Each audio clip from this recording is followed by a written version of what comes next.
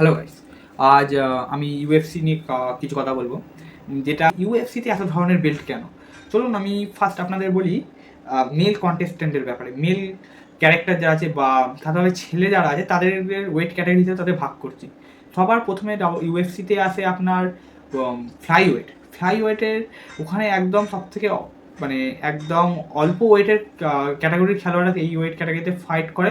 এদের ফাইটের বেশিরভাগজন পাওয়ার থেকে বেশি এদের স্পিড এবং স্কিলের জন্য নাম করা, কারণ এখানে বেশি এই ধরনেরই ফাইট হয়। এরা সবার স্পিড খুবই দুর্দান্ত। এখানে ইউএফসিতে খুব সেরা যদি ফ্লাইওয়েট চ্যাম্পিয়ন বলেন তো আমি বলবো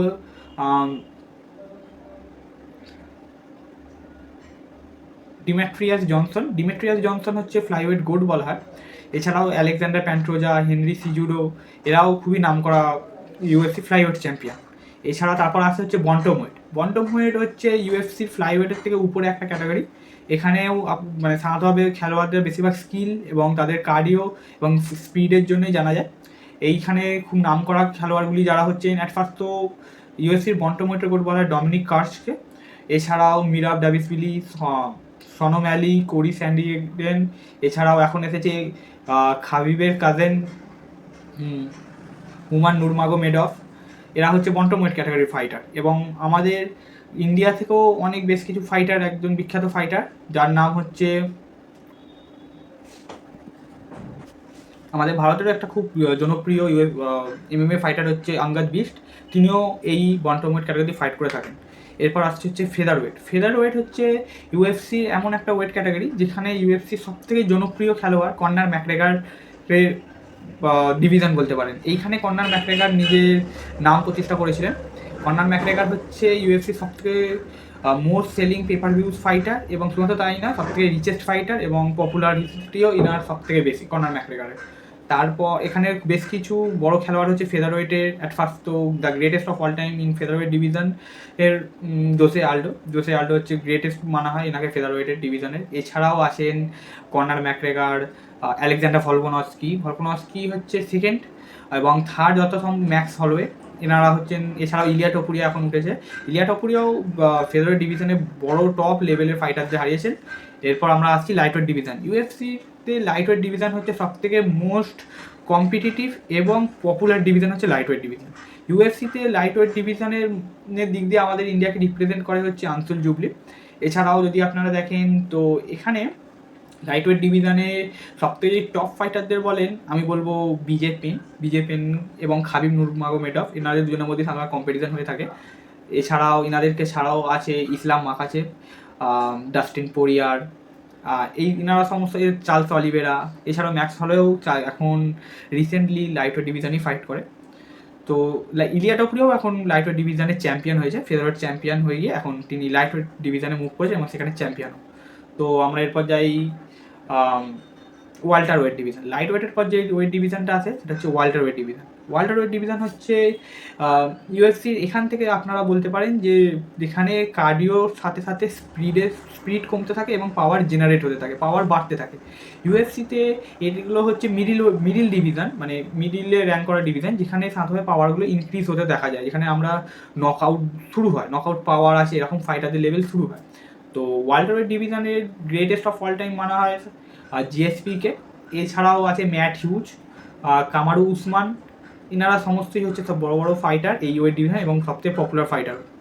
এছাড়াও এখন ইসলাম মাখাচেভ লাইট ওয়েট ডিভিশনের চ্যাম্পিয়ন ছিল, তিনি এখন তার লাইট ওয়েট চ্যাম্পিয়নশিপ বেল্টটাকে ভ্যাকেট করে তিনি এখন ওয়াল্টার ওয়েট ডিভিশনে ফাইট করেন। তো এখন ওয়াল্টার ওয়েট ডিভিশন ইউএফসির one of the most takeable weight ক্যাটাগরির মধ্যে একটা এসে গেছে, ওয়েট ডিভিশনের মধ্যে একটা এসে গেছে।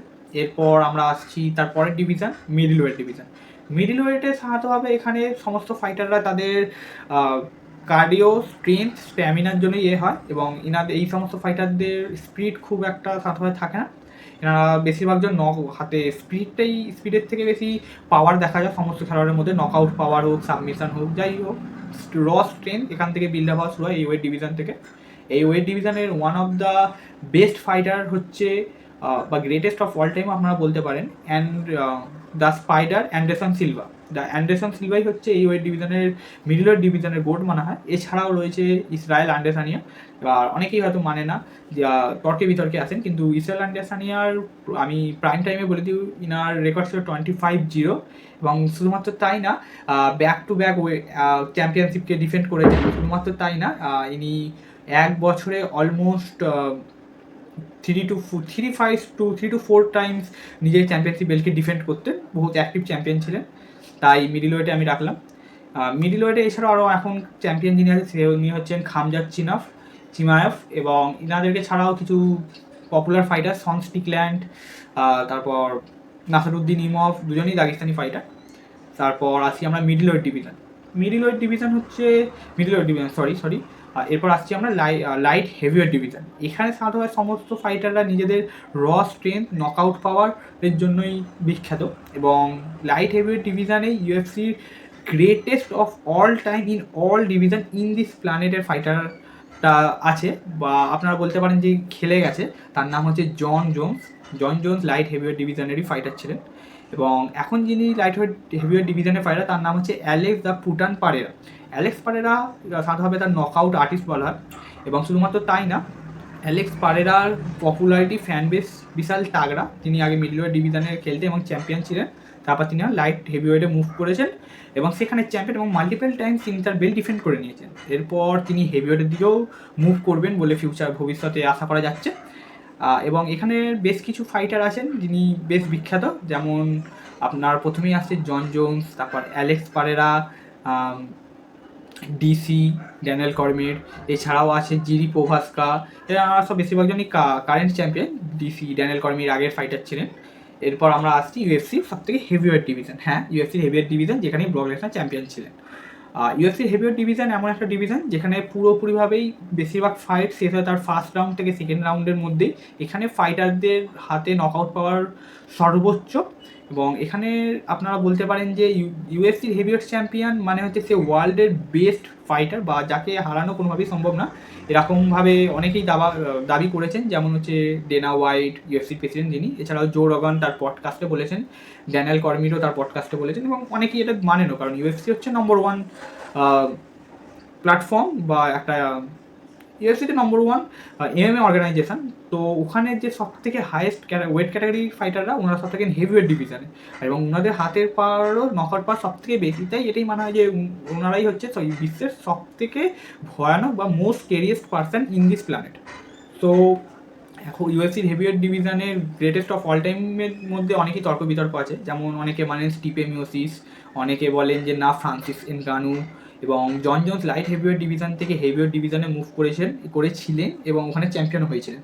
এছাড়াও আছেন খুব পপুলার ফাইটারদের মধ্যে হচ্ছে হেভিওয়েট ডিভিশনে ফার্স্ট তো আমরা বলবো জন জোন্স, তারপর আমি বলবো সেকেন্ড ব্রক লেসনার, এছাড়াও আছে আপনার কেন ভেলাস্কাস, ড্যানিয়েল কর্মির, স্টিপে মিওসিস, এবং আলিস্টার ওব্রিম। এছাড়াও বহুত বড় বড় ফাইটাররা এই ডিভিশনে ফাইট করেন। এখন সাধারণত অ্যাক্টিভ ফাইটার হচ্ছে হেভিওয়েট ডিভিশনের Tom Aspinall, Ciryl Gane, Alexander Volkov প্রভৃতি।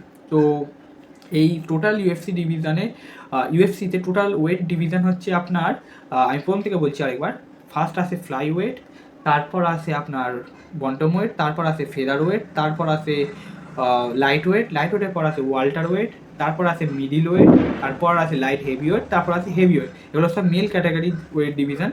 তো এই জন্যই ইউএফসিতে এতগুলো বেল্ট থাকে এবং প্রতিটা বেল্টের জন্য এতগুলো চ্যাম্পিয়ন দেখতে পাই। এছাড়াও আরও কিছু সময় আরেকটা চ্যাম্পিয়নশিপ মানা হয়, যেটা হচ্ছে বিএমএফ বেল্ট, যে বেল্টটি এখন আছে ম্যাক্স হলওয়ের কাছে। বিএমএফ বেল্ট হচ্ছে এমন একটা ফাইটার যারা সাধারণত মোস্ট ব্যাডাস ফাইটারদেরকে দেওয়া হয়, এবং এর ফাইটও করানো হয়।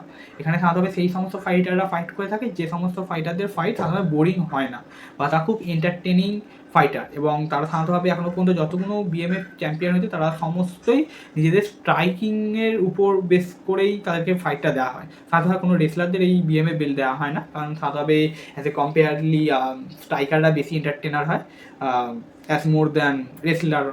So that's why. তো আমি মনে করি যে আপনারা হয়তো এবার বুঝতে পেরেছেন।